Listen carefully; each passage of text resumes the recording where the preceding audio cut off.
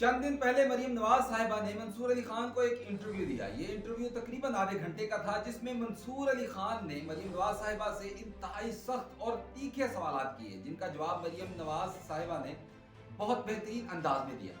लेकिन पाकिस्तान तहरीक इंसाफ के social media ने इस इंटरव्यू को कोई और ही रंग दे दिया।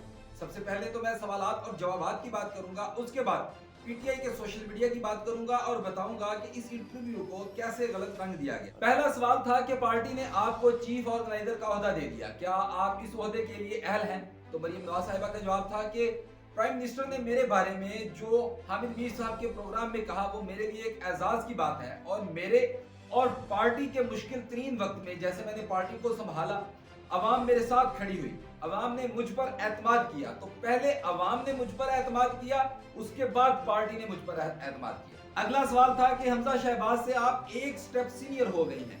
तो इस पर उनका जवाब था कि जी बिल्कुल, मैं उनसे सीनियर हूं और एक साल उनसे बड़ी हूं, उनकी बड़ी बहन हूं, तो इसीलिए मैं सीनियर हूं। हाँ, अलबत्ता अगर आप ओहदे की बात करेंगे तो पार्टी में तमाम लोग बराबर। सवाल था कि क्या हमजा शहबाज नाराज हैं? तो उस पर जवाब था कि बिल्कुल नहीं, अल्लाह ताला ने उसको 20 साल बाद एक बेटी अता की जिसकी तबीयत खराब थी, जिसकी वजह से वो मसरूफ थे।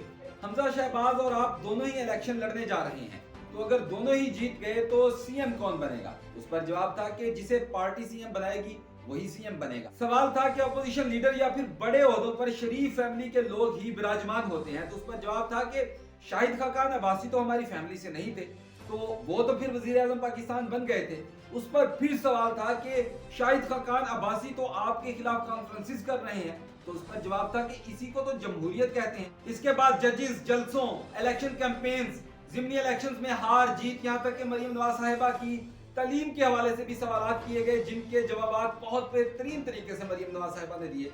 लेकिन सिर्फ और सिर्फ एक सवाल था जिस पर पीटीआई के सोशल मीडिया ने तूफान खड़ा कर दिया, और वो सवाल था कि आपने इलेक्शन कैंपेन शुरू कर दी है, आप इस बात को माने कि अगर आप हुकूमत में आए तो आप जनरल फैज और जनरल बाजवा का कोर्ट मार्शल करेंगे? तो ये एक ऐसा सवाल था जिस पर कोई भी सियासतदान होता तो वो मुंह फाड़ कर जवाब नहीं दे सकता था।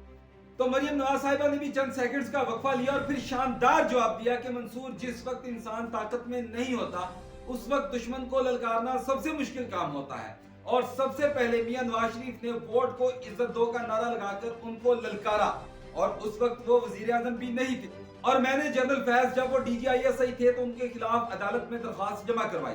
हम ऐसा नहीं करते कि जब एक बंदा कुर्सी पर बैठा है तो उसकी जी हजूरी करें, और जब वो कुर्सी से उतर जाए तो उसको मीर जाफर और जानवर जैसे अलकाबात दें। आप पूरा इंटरव्यू देख लें। इस पूरे इंटरव्यू में मरीम नवाज साहिबा ने इन सख्त तरीन सवालात के बेहतरीन जवाब दिए, लेकिन उनकी चंद सेकंड्स की चुप को पीटीआई के सोशल मीडिया ने ऐसे ट्रोल किया कि इस बेहतरीन इंटरव्यू का भी बेड़ा गर्क कर दिया।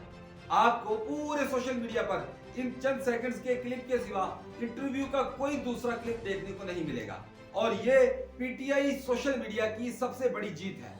और दूसरी तरफ उनका लीडर खाना जंगी करवाने पर तुला हुआ है, लेकिन वो अपने लीडर को मजलूम साबित कर चुके हैं, जबकि PMLN का सोशल मीडिया अपने लीडर के बेहतरीन इंटरव्यू को भी कामयाब ना करवा सका।